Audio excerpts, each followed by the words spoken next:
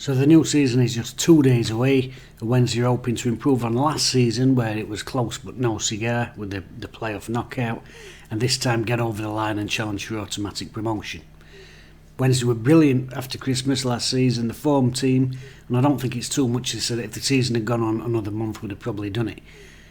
But there's one area that they really must improve on, and I think it's something that Darren Moores is trying to address. That is Wednesday's inability to defend set pieces. Open play, we weren't so bad. We'll have a quick look at a couple of graphics here which show where Wednesday were falling down.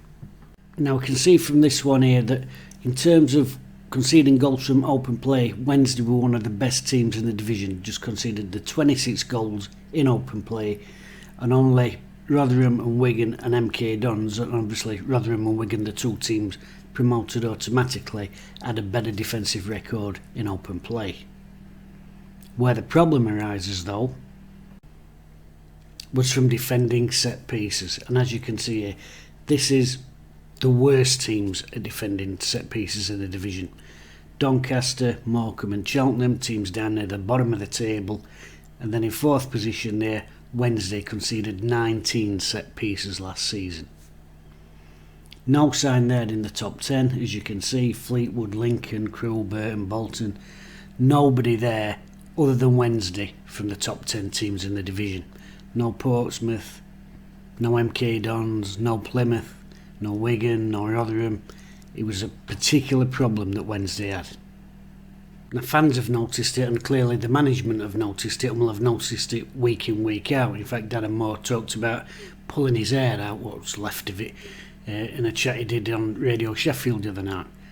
And he has addressed it in terms of the height at least. We'll have a look at the players he's brought in, the new back three for example. So he brought in 3 central defenders in Firmino, Hekwe and Hennigan, obviously to join Iofa, who's already at the club. And it's the size of these players. Hutchinson, terrific player for the club, not great in physical stature in terms of height, and obviously we haven't managed to keep hold of Dino Story. Hekwe comes in 6'1", Hennigan 6'2", and obviously Iofa already in there but injured for the best part of last season, 6'3". Add to that Firmino. The reason I've got him here on the side of the pitch is I believe that Darren Moores will pick this starting back three at the beginning of the season. Added to that, Michael Smith at the top end of the pitch, 6'3". Yes, Smith is a centre forward, but let's be honest, defending set pieces is not open play. You don't need to be stood up the pitch. If anything, if you are going to leave players up from a corner, you might want to leave a couple of quick little ones up there to try and quickly break on the counter-attack. Smith has been brought in predominantly for his heading ability in the opposition box, where he's a real threat, a thorn in the side, and a 20 goals a season centre forward. But equally, I do think Darren Moores will have had one eye on the fact that he's a kid who they can bring back in on corners. And when you add those numbers together, Iofa, Hennigan, Hekwe, Smith, all 6 foot plus, just should, in principle, give us that extra height advantage when we're defending these really problematic set pieces that we've had. Now, of course, just being told doesn't mean you're going to win all the headers. I mean, you've got to have the desire to get up there and win them headers. You've got to have the timing to get up there. We've all known players in the past who are quite big who've not won near enough the share of headers, going back as long as you've watched Wednesday. There's those players who get up there that little bit early, and sometimes as a pattern emerges you think, is he getting up there too early so he's on way down to miss the ball on purpose because he don't want to hit it? We've all seen them players.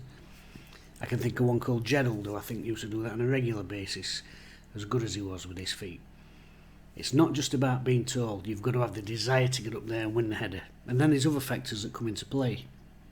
Do you go zonal or do you go man marking? For me, I go man marking. Everybody knows then what the job is. Zonal marking's fine and well and good if you've got that communication and you can pass players on and you've got that talking all the time. The reason I'd probably not go with that this season is this is a new back three. They don't really know each other, and although Darren Moores done brilliantly to get his business done early this season, They've still not had that period of working together to get that understanding and communication going. So for me personally, I'd go man to man. Is it that easy to with a back three? I sometimes wonder when teams play one up front, man to man, you've got two spares, do they feel a little bit like lost souls? Do you know what I mean?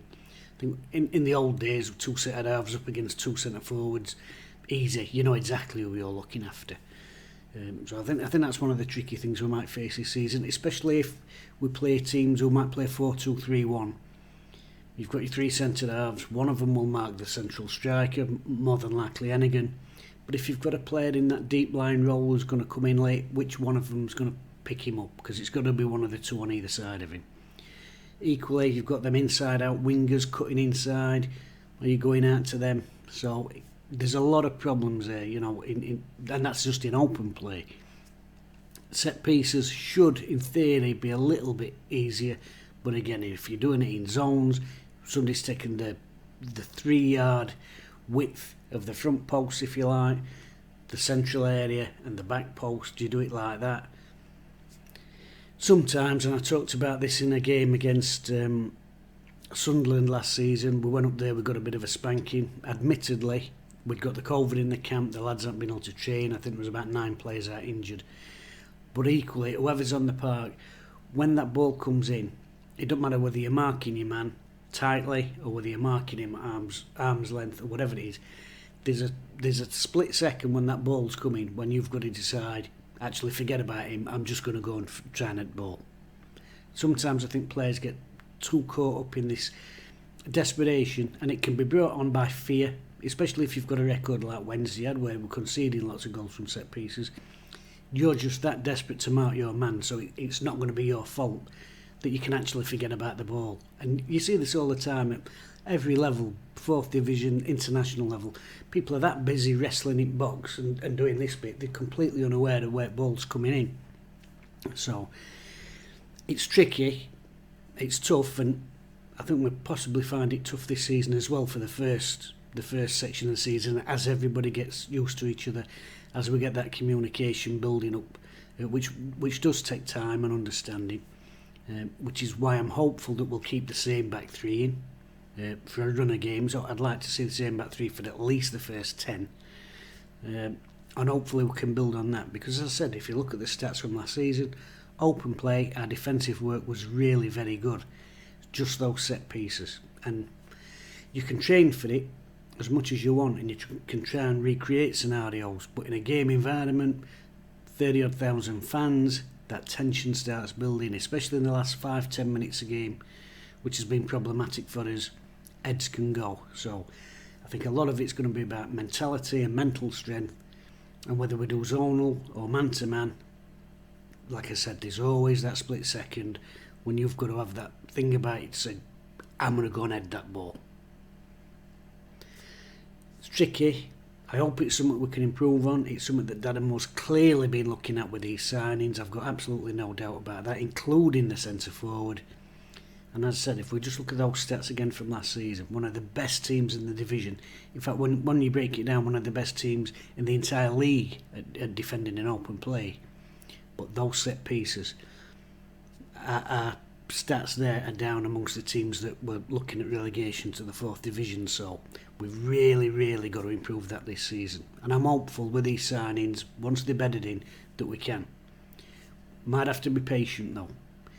Communication takes that time to develop, might not click straight away, and we've got to get behind the lads. So that's one area I really want Wednesday to look at and improve on this season. And if we do, given what we can do in open play in terms of attacking teams and defending, and where we finished last season in the playoffs, then I think we can push on to that extra level and really challenge for a top 2 spot. Anyway, that's the end of my short video about the defending of set pieces. Hopefully I can rattle another one out about some of our attacking play, and a reason why I might be slightly concerned about our defending in open play, but how I think Darren Moore is going to try and negate that by making us an even more attacking side. See you soon. Alright,